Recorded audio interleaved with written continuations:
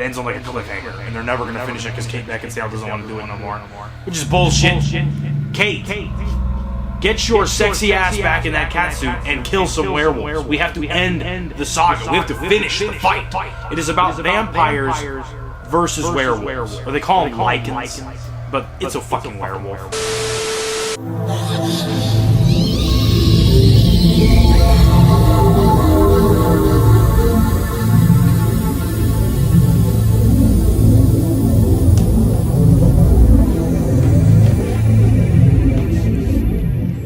Get it? You know what's really annoying as a vampire? Taking polaroids, because you need sunlight to, like, you know, make it process faster, and I fucking hate that shit.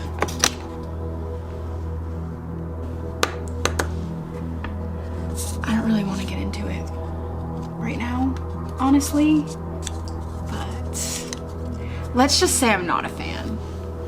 Any further questions?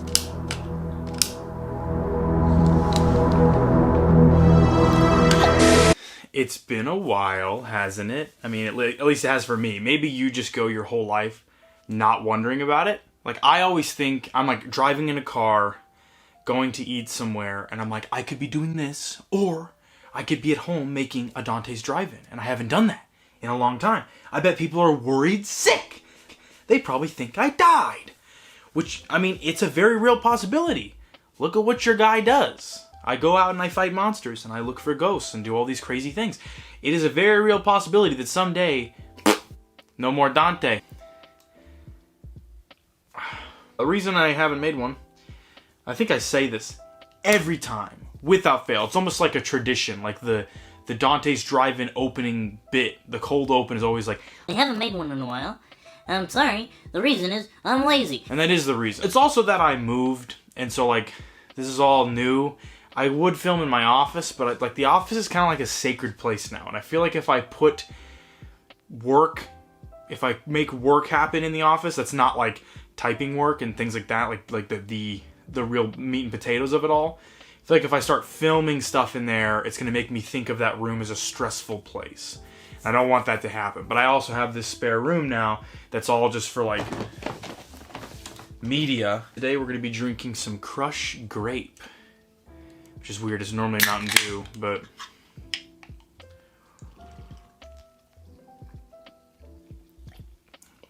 Also, the date of this recording is Easter Sunday of 2023. I think I'm in focus. If I'm not, fucking... I a lot of times think you guys just listen to this, like, while you're doing other things. You're not, like, actually watching it. So what does it matter if it's in focus or not?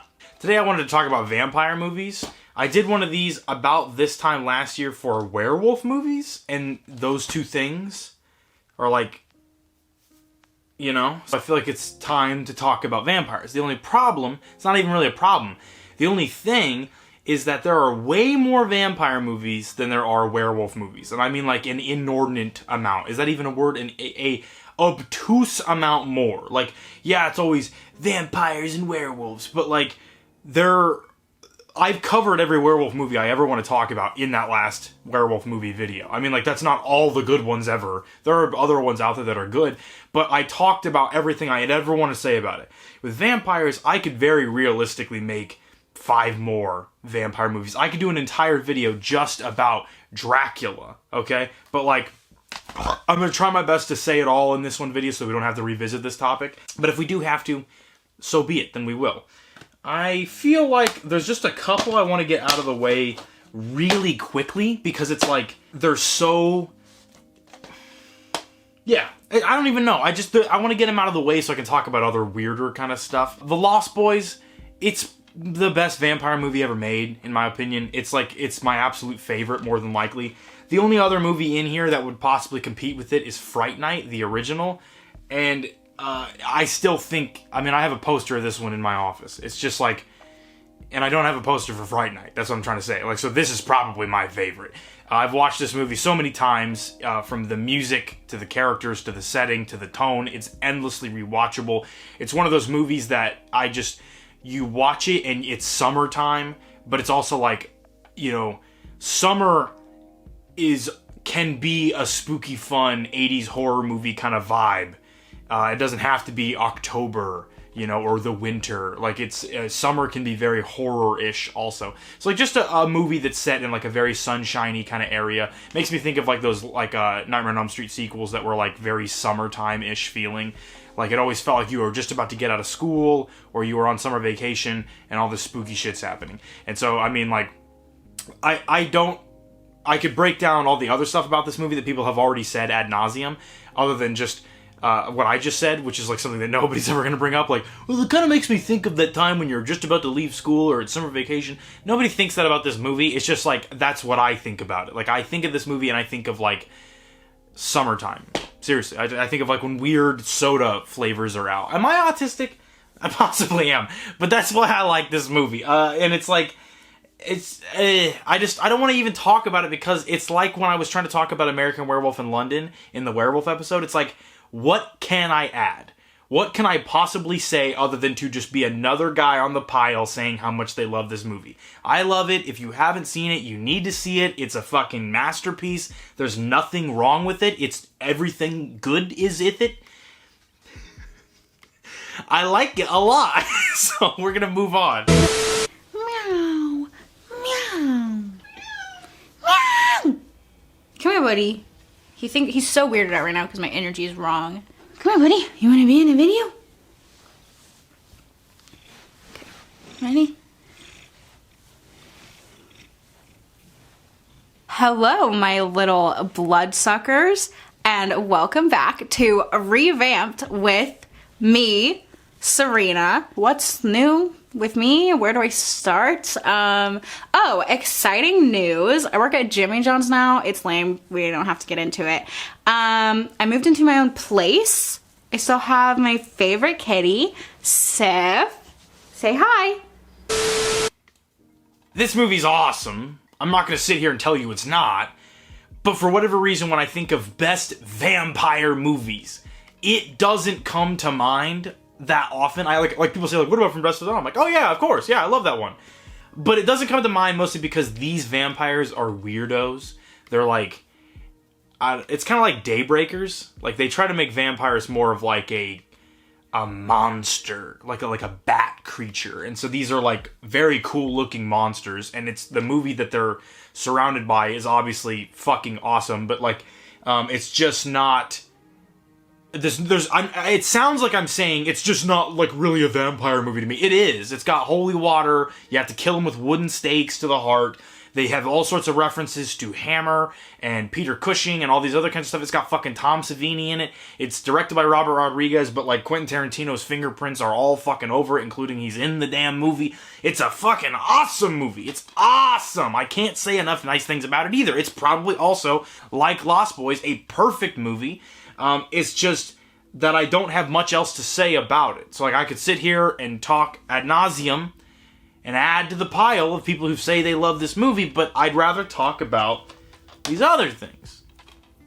That's all it is. That's why we're just moving over it kind of quickly. I'm feeling a bit thirsty.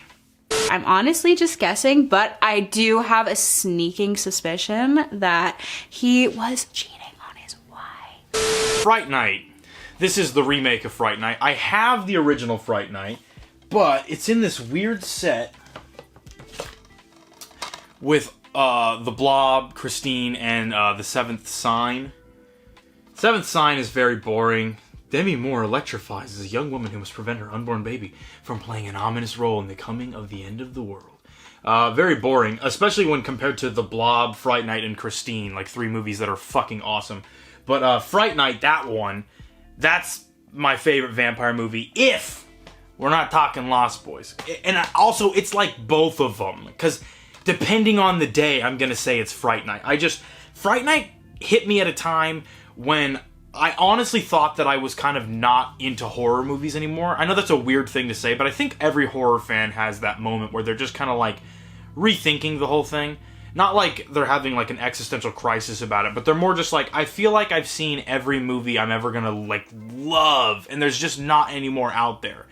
But it takes a movie like Fright Night where you go like, whoa, what the fuck was I thinking? I'm like, there's so many other like brilliant fucking movies out there that I want to watch over and over and over again. And then it just made me go on this scour to find all this other stuff. And that might sound stupid, but it's like I watched it when I'm pretty sure going into high school, or I was like in the middle of high school. I don't remember. But I was just at a point where I was like into other things. And then Fright Night hit me in that opening shot of the moon, and you hear a wolf howl, and the whole idea of like it's a horror host show, like Fright Night the show is, and he thinks his neighbor's a vampire, and so it's that whole chestnut of like the neighbor's doing weird shit and I'm gonna watch him with binoculars like in Rear Window or Disturbia or a bunch of other things.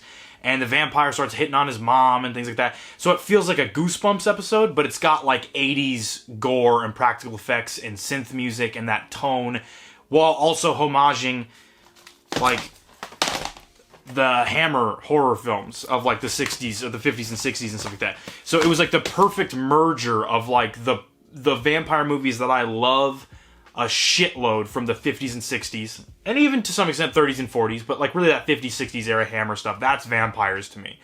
And so then the 80s, now like kind of horror, like I'm not even putting this into words, like that Tom Savini, Rick Baker kind of like practical gore, monster creature feature stuff, you know, like Monster Squad or The Blob or The Thing. I understand that I'm not naming Rick Baker or Tom Savini movies, but like that kind of stuff merged with the tone of like the gothic horror, like the classical Fright Night.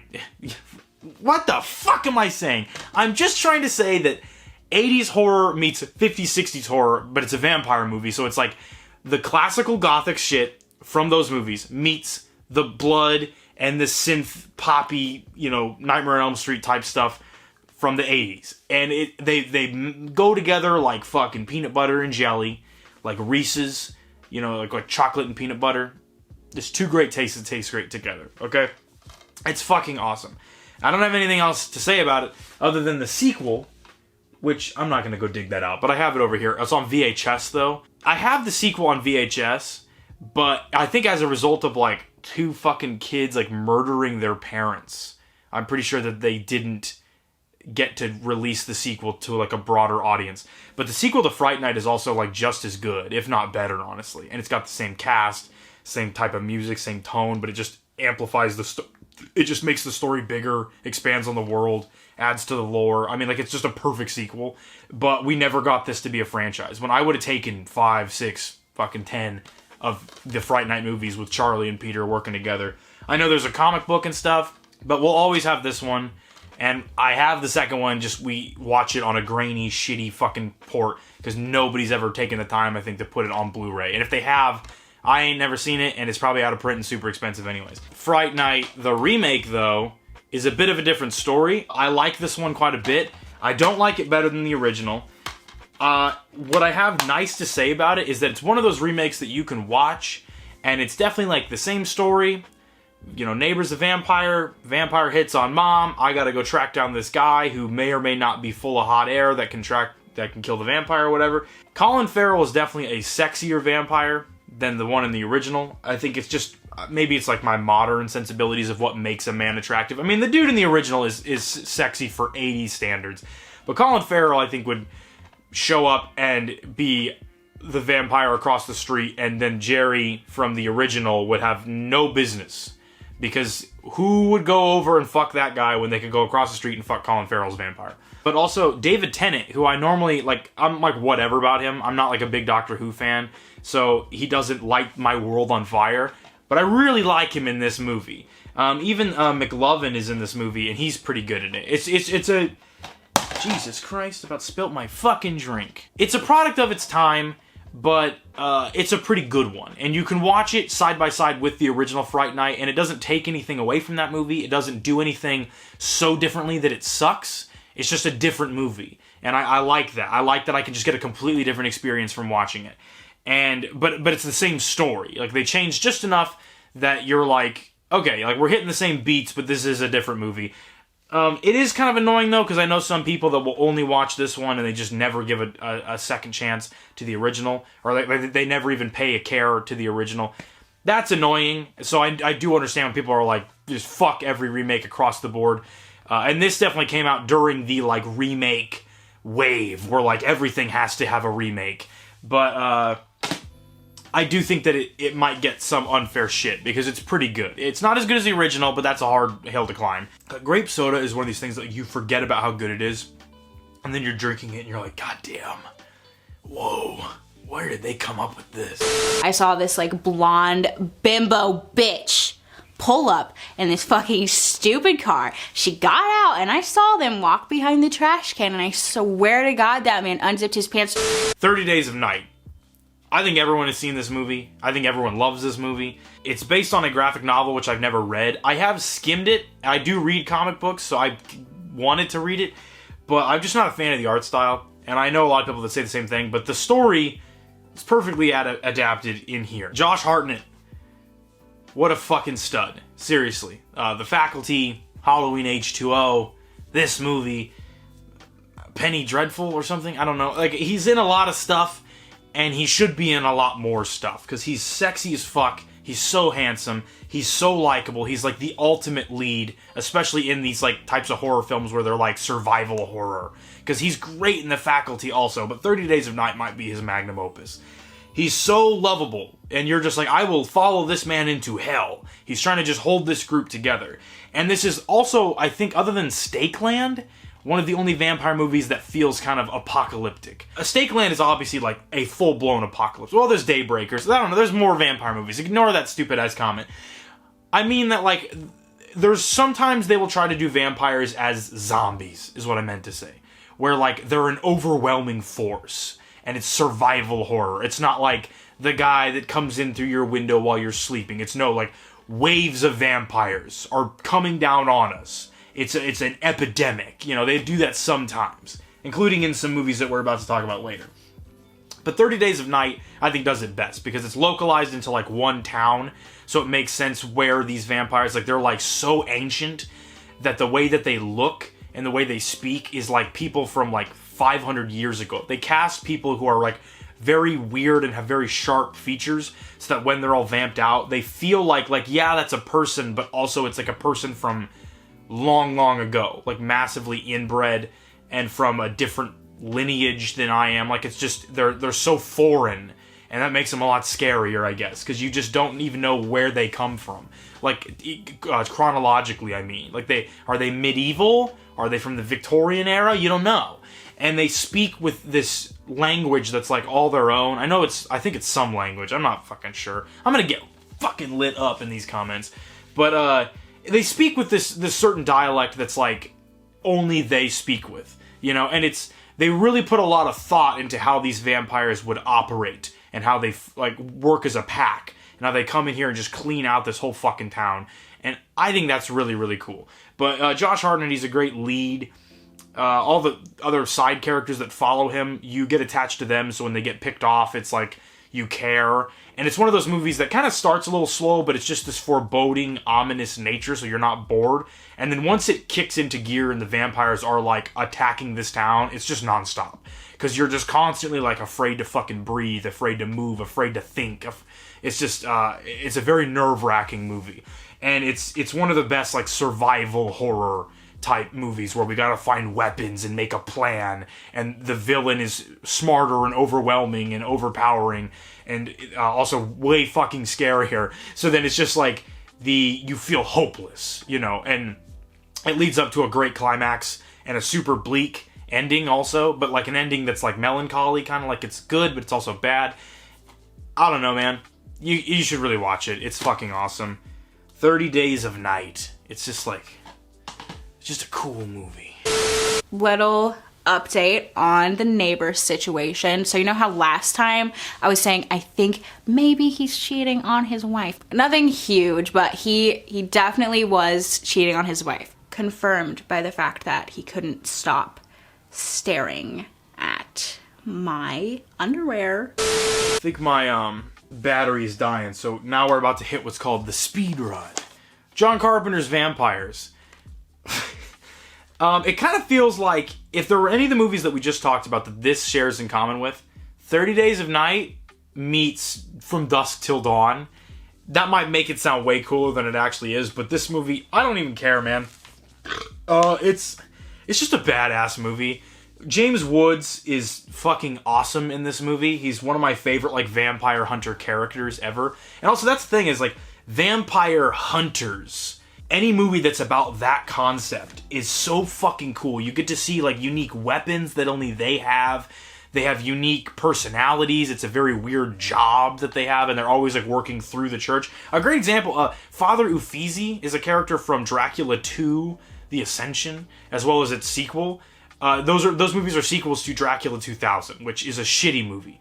But the sequels are awesome just because of that character, like the Father Uffizi character. He's played by Jason Scott Lee, who played Bruce Lee at one point. And this is a brief little side about these movies, because I don't have them in this pile, but I do have them somewhere on this shelf. But, like, I just like vampire hunter characters. And this movie is all about vampire hunting culture. And it's got kind of like a Wild West vibe to it. Also, John Carpenter did it, so you're not really going to go wrong with this at all. The villain is played by the dude who's Terry Silver in Karate Kid 3. And there's hot girls in it. It's got lots of really uncomfortable, dated stuff involving the hot girls in this movie. And it's just a movie that doesn't feel like it has any of the sharp edges cut off at all. It's got offensive shit. It's got dated shit. It's got racist, homophobic shit in it. And it's just this big package of manly, masculine, bloody vampire bullshit happening. And it's all done by John Carpenter and is awesome. Also, my camera is dying. I have to go get a new battery. Motherfucker! Oh, fuck, yeah. I killed my neighbor yesterday. Oh my god. Literally, super lame guy. Queen of the Damned. Great movie. I guess, yeah, let's just transition right back into it. Because vampires, we basically said everything we needed to say about it. It's cool. If you don't like it, that's fine. Queen of the Damned, kind of the same opinion, but for different reasons. Queen of the Damned, I think everyone who watched it at a young age is like, this movie's awesome. If you watched it as an adult, you're like, this movie sucks. And you're both right, because it does suck. It's not a very well-made movie. It's based on a decent enough book, but it's the way it's adapted. This is supposed to be a sequel to Interview with the Vampire, you know what I mean? And there's also The Vampire Lestat, I think is the name of the book, and they didn't adapt that one, really, unless it was combined into these movies. I'm gonna be honest, I didn't read the books. I own them. I'll get around to them eventually. But they, Queen of the Damned, it's very much a product of its time. Like, a lot of people, they'll talk about how horror films of the early 2000s, like those like Dark House or Dark Castle productions or Ghost House pictures or all that kind of stuff, they all had to have like a bunch of nu metal in them. There's a bunch of Mudvayne. There's a bunch of like Slipknot. I don't like it's just like stuff like that. I know that those are probably not nu metal to some people, but whatever. Killswitch Engage doesn't fucking matter. Evanescence, you know. This movie is the logical end point for that whole thing. I don't think it really ended here. I mean, it's only 2002. It still went into 2003 and 4 and shit. But I mean, like, that soundtrack to this movie is why so many people, I think, remember it fondly. And there's cool stuff in it for sure. Also, Aaliyah, like, R.I.P. She was another person that had a lot more to give, and it sucks that this was it for her. You know what I mean? But it'll forever be remembered for that reason. That, like, this was her kind of big last project that was finished by her, you know what I mean? And so, the mother of all vampires. I don't know, and I love the female villain idea that she's, like, just this invincible queen goddess of evil, and she's a very much like a female Dracula type figure. And the music is cool. It's just a movie that's, like, the vibe is cool. Nothing really else about it needs to be cool because it's got a cool vibe. If you're really into this hot topic, early 2000s, you know, music scene kind of thing, it's all there. You know what I mean? It's got gore, it's got sex appeal on both levels. It's just a cool movie. And I'm glad that I own it. And I will probably rewatch it again at some point in my life. Okay, so I know I've been avoiding this topic for a while because tend to get pretty heated when I talk about it, but Dante, right elephant in the room. I know, We fucking hate him, guys. Leave a comment and a like if you also hate Dante Graves. If you don't, I will find you. I'm sorry it took me so long to talk about it. I don't know how long it's been. 3 years? 4, 5? It's been 3. I got shot in the head by Dante Graves. Alright? Cool. Good. It happened. We get it. I get comments every day. How are you alive, Serena? Didn't you get shot in the head by that fucking loser? I did. Yes. And guess what? I'm fine outside. But I think I'm ready to talk about it. To finally talk about it. For the past 3 years, I have been preparing to exact my revenge on Dante fucking Graves. Nobody shoots me in the head and just gets away with it, right? That's not a thing that I'm cool with. Like, you can do so many things to me, right? But you can't fucking shoot me in the head and then move on with your life and live every day in peace. You fucking... So now sticking in with that kind of like sexy, cool, hot topic energy of the early 2000s, Underworld. I've been trying to find a way to bring up Underworld for a long time. Because while I don't love these movies, I love these movies, okay? Because, like, I got the 5th one here. The 4th one's out there in the living room. I was going to go get it, but I was like, it doesn't really matter. Can you just believe that I have the 4th one? Also, they made 5 of these. Way to go. They really got their money's worth out of the whole sexy vampire in skin-tight suit with guns, killing werewolves thing. They did it 5 times. In fact, one of them, it was even like a prequel that she wasn't in.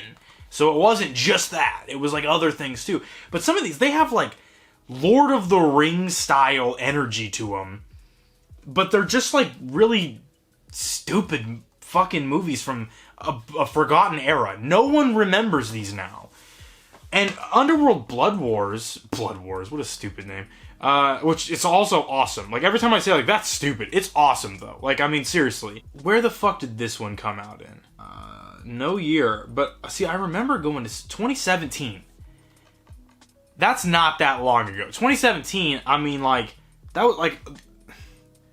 Avengers Age of Ultron came out before that. And you wouldn't think of that movie as being old. So, like, this... They went... Okay, when was the first one? First one was in 2003. I'm just more impressed that these movies exist over than anything. If you don't know what these are, it's literally a 5-movie saga that also doesn't even have an ending. It ends on like a cliffhanger, and they're never going to finish it because Kate Beckinsale doesn't want to do it no more. Which is bullshit. Kate, get your sexy ass back in that catsuit and kill some werewolves. We have to end the saga. We have to finish the fight. It is about vampires versus werewolves. Or they call them lichens, but it's a fucking werewolf. Lycanthropy is like lycanthrope. Doesn't fucking matter. They're like Resident Evil movies. Like, I mean the movies of Resident Evil, not the games, where there's like sexy girl with guns, kicking people, and doing slow-mo martial arts stuff. It's very much post-Matrix, but also like, I just miss the era when we could have big budget, like, horror action films, like Blade and Van Helsing, like that kind of stuff. And like, they'd really believe in it hard enough that they'd give it money and make it a movie. Those things don't happen anymore. And speaking of which, I wanted to briefly mention Ultraviolet. It's not really a vampire movie, but it does have a disease called vampirism in it that gives people fangs. So it kind of is. But also, it's very much a product of these, and it's not good at all. But it left a significant impression on me as a child, and I just wanted to pay lip service to it and say thank you for existing, Ultraviolet. I appreciate you, and I'll rewatch you. And I'll recognize that you're not good, but I'll continue to rewatch you. And like Mila Jovovich and Kate Beckinsale, these women were destined for much bigger things. What those things were, I don't know, because there's a very specific audience for this whole vampire girl with guns thing. And I'm just happy that these are real, because I enjoy them for what they are. You know what I'm saying? Look how fucking sick that is, dude. She's got like a white coat, like white hair, because it's like an Arctic setting in this one. Just like stupid brain things in my brain make me think that's cool. And I'm not going to sit here and be like, oh, I know it's stupid. It's a guilty pleasure. No, I'll scream it at the roof. I'll get on top of the principal building in Des Moines and I'll scream out there that Underworld is sick. And I will not give a fuck. I don't give a fuck. I don't give a fuck about it. Anywho, so for the past 3 years, I have been improving, my combat skills. I got this cool knife, though. I got it from this fucking lame dude. By the way, he tried to kill me. Look at this shit. Dumb as hell, right? Looks cool when I have it, but that dude, seriously, lame. It was easy, too. Like, in, out, gone. Rest in peace. And I don't want to say, I'm not obsessed with killing Dante Graves, right? I'm not obsessed with him. Well, I just think about it, every fucking day for the past 3 years. But like I said, it's not, a big deal or anything. I obviously have, lots of other stuff. Guys, I have, multiple projects and various stages of development. Just don't ask what they are. Anyways, it's not like my life revolves around Dante Graves. It doesn't.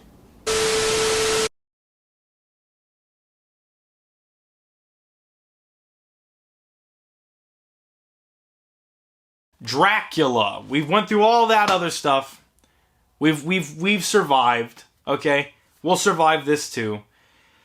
It's probably no secret that I love Dracula. That I want to fuck Dracula. This version of him, I'm not sure, but the energy of the character itself as a concept, it's one of my favorite fictional characters. It's probably my favorite horror IP. Is Dracula even an IP at this point? Because he's so out there. But as a character that has endured this long, they had to have been doing something right with him. You know what I'm saying? And Bela Lugosi's portrayal of Dracula in the 1931 film Dracula is unbeatable. The movie itself, I'm not going to say it's overrated, because I think most people are like, well, it's a product of its time. It's an older movie. Sound is in it, but it's not very good. There's no music really to speak of. It was just very early on. It was but this movie was not even. They say oh, this walked so that this could run. This movie wasn't even walking.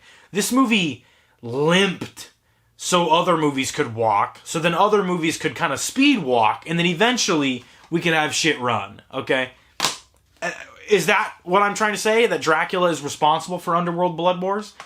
No. But it is responsible for vampires as a concept being taken seriously for this long. You know what I mean? So, and I mean, this Legacy collection, you think Bela Lugosi is Dracula, you think, oh, that's he's probably played Dracula so many times that it just became ingrained in popular culture. He didn't. He was Dracula in 1931. Dracula's daughter, he has a brief fucking cameo. He's a dead body in the beginning of the movie, from his death in the beginning of the first movie, or at the ending of the first movie. So he's not in Dracula's daughter. Son of Dracula is kind of whatever. If he had been in it, it would have been way better, but it's pretty mid, okay, and he's not in it. House of Frankenstein, he ain't in it. House of Dracula, he ain't in it. Dracula is in those, but he's played by John Carradine, who does a decent enough job, but he is no Bela Lugosi. And then in Abbott and Costello, Meet Frankenstein, they brought the motherfucker back. And he's great. Okay, so he's played Dracula twice.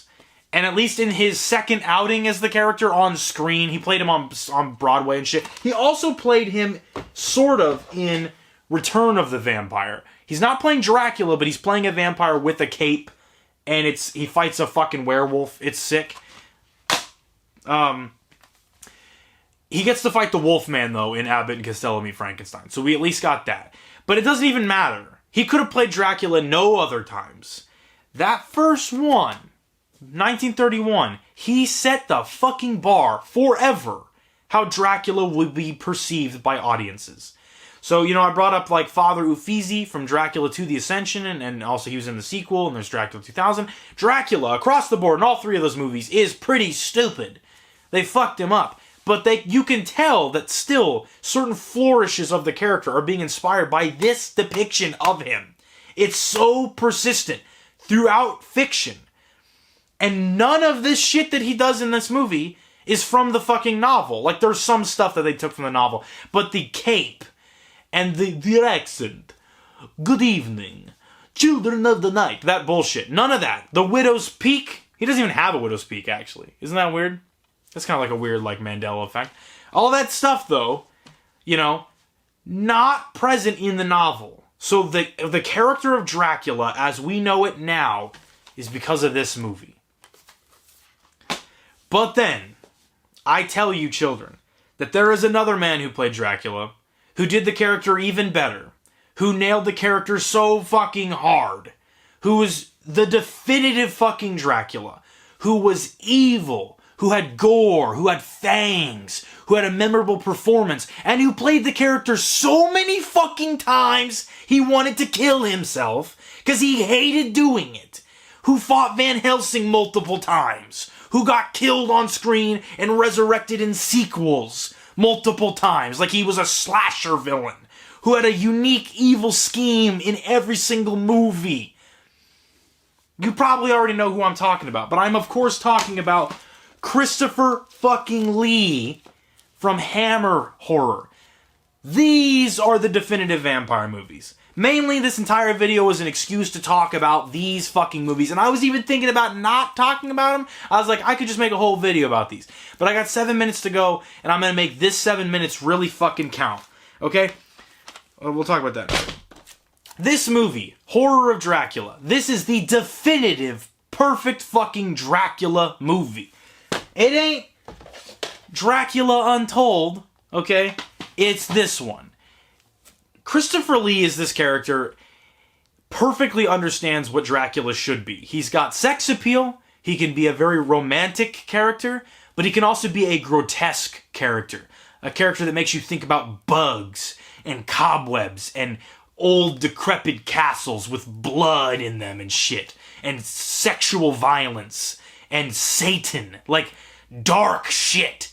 This is the fucking movie. Christopher Lee is this character fucking owns. He owns you so fucking hard. Every pussy-ass, limp-wristed fucking vampire owes all of their fucking bitch-ass energy to this fucking absolute Chad of a movie. Okay? I mean, I could say the same thing about this. But what this one does that one doesn't is it's got the music, it's got color so you can see the blood. It actually depicts Dracula drinking the blood of big-tittied, gorgeous women of the 60s, who are much hotter than women of now, which is just a scientific fact. You've got a cool castle. You've got Peter Cushing, a.k.a. Grand Moff Tarkin, the guy who told Darth Vader to stop choking that guy, and Darth Vader fucking listened to. He's Van Helsing, okay? And he fights Dracula all the fucking time. Like, when I say all the time, I mean like 3 times over the course of like 8 movies, but whatever, okay? You just gotta watch this. It adapts the novel, but fuses it with the energy of that 1931 movie. Like, it takes the best elements from both versions. It makes a more focused story with a more satisfying conclusion. It's got gore. It's got genuine kind of fear factor involved. It's got real danger. It's got sex appeal, but it's also got that gothic Castlevania medieval energy to it. It's got everything you'd ever want from a Dracula movie. And what's incredible is, unlike other things where you just have that one fleeting encounter with it, this was a franchise of movies with it. You've got, let me get them in order here. Prince of Darkness is the sequel, and it's fucking awesome. They contradict themselves with lore, they add new weaknesses to Dracula, or new abilities to Dracula, and they bring him back in weird ways, like, every time. But, this one is just the most, like, if Dracula was a slasher movie. You know, like this old castle, don't go up there. There's spooky shit up there, but then this group of idiots goes up there, and then they get stranded up there, and then Dracula comes back, and he never even says anything. He just starts killing people. And it leads up to a great climax. Again, is this even in there? Okay, thank God. It felt like, for a second, that it wasn't. And I was going to be very worried. But it's just a great fucking movie. The Brides of Dracula. Dracula ain't even in this one, but it's Peter Cushing's time to shine. We get to develop him more, you get to hang out with Van Helsing, and there's other really cool shit in this movie. Also, some really inventive ways to use a cross to fuck with a vampire. Really cool stuff. This one is my absolute favorite. Dracula has risen from the grave. It's epic. It's emotional. It's meaningful. But it's also still got all of that gothic, evil, vampire, satanic energy that I love. What's really unique about it is that the main character is an atheist. And so he can't use Christian iconography and stuff to fight Dracula. And it makes the plot a lot more engaging.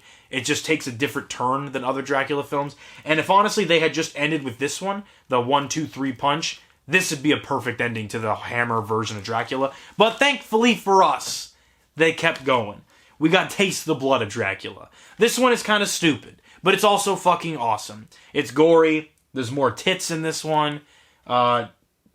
Christopher Lee, he just fucking owns. I'm sorry. I just love seeing the dude be Dracula. So even in a substandard movie like this, let's go for it. Let's get down with it.